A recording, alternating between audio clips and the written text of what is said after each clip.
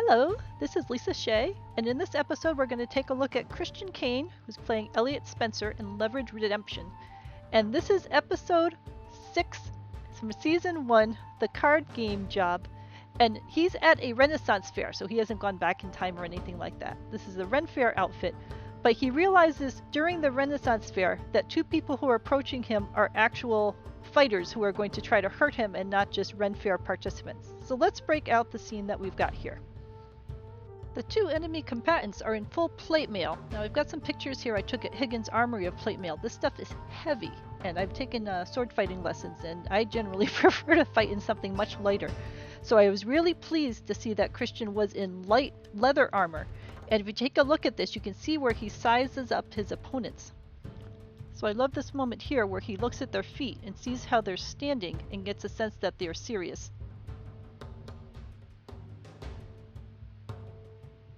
The next short shot just shows his outfit, and you can see what kind of a sword he's wearing on his back. The rest of his outfit is all just fake fabric, so it's not really going to provide him much protection.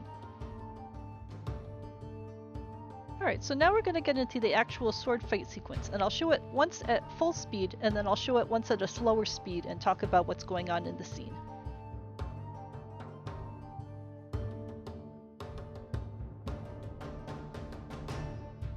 Okay, so in slow motion we get the long dramatic pull of the sword out of the scabbard from the hero. And then we get enemy 1 slowly approaching with the sword nice and in, sort of towards the hip. That's alright. So he brings it up and he's aiming down towards the soldier. And I'm going to pause here. Christian does a great job of angling his sword down and away with the hope that the sword's going to skitter down and away from his body and the shield's under there to protect him. So that's nicely done. That sword goes off. Christian knocks the sword away and then turns and then also blocks the sword that's coming at him from the other direction. And he bashes him strongly, shield against shield, to drive him away from him. Now I'm going to pause here. What is this soldier doing? He's going to bring the sword sideways across? That's not a move of great strength. So luckily Christian is very easily able to bat that away backhand. And then again does the bash with the shield to send the guy off into a different direction. So Christian's moves were great. One of his opponents was reasonably good, the other one wasn't that good, but you know, how much training do these guys have with swords? So you can sort of accept that that's going to happen. So let's see it again in full speed.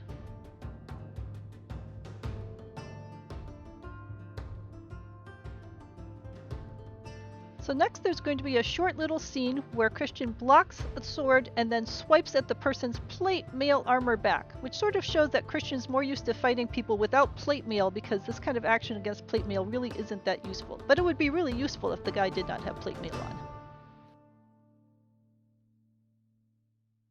Alright, this next section's a little less useful. He drives his sword straight into someone's sword, which isn't really going to do you much good. And then he drives his sword straight into someone's armor, which also isn't going to do you much good. So neither of these strikes are very useful in any sort of fighting purpose. And then you have the classic, holds the two swords and then throws them off again just as a show of strength.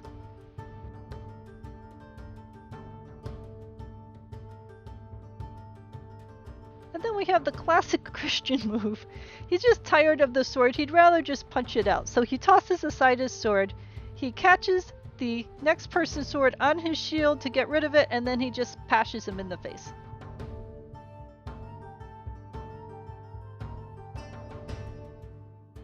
Alright, it's amusing here that he does the whole threaten him with the shield and the guy flinches back, but then he abandons the shield and then he catches a sword that's being swung full force on his wrist, which would easily break it, never mind he's wearing Ren Fair bracers, so I would not try that at all, even with actual full bracers.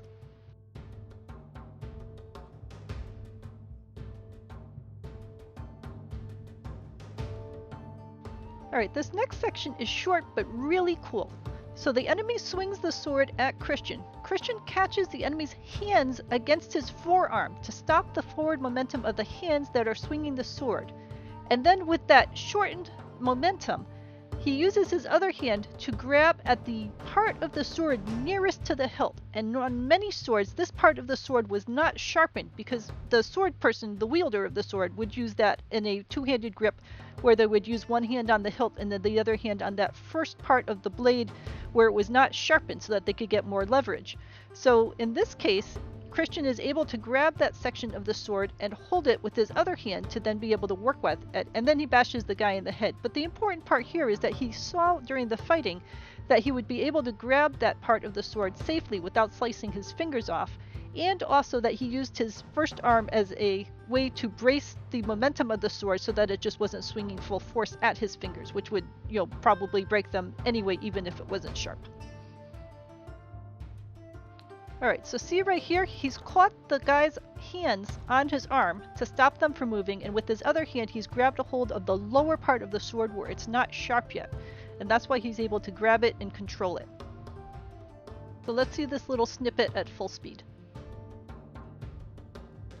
And the fight is now over, so we have the hero shot of him doing the whole honorable kneel in front of the approving crowds and then doing the traditional Eliot hair flip.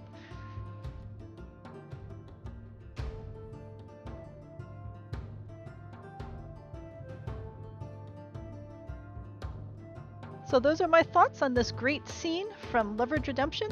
Let me know if you have any questions, and let me know what other shows I should take a look at. I have probably every movie involving sword fights in my DVD collection, so I've got quite a lot of them that I can go through, and many of them are things I watch over and over and over again. So I hope to hear from you soon.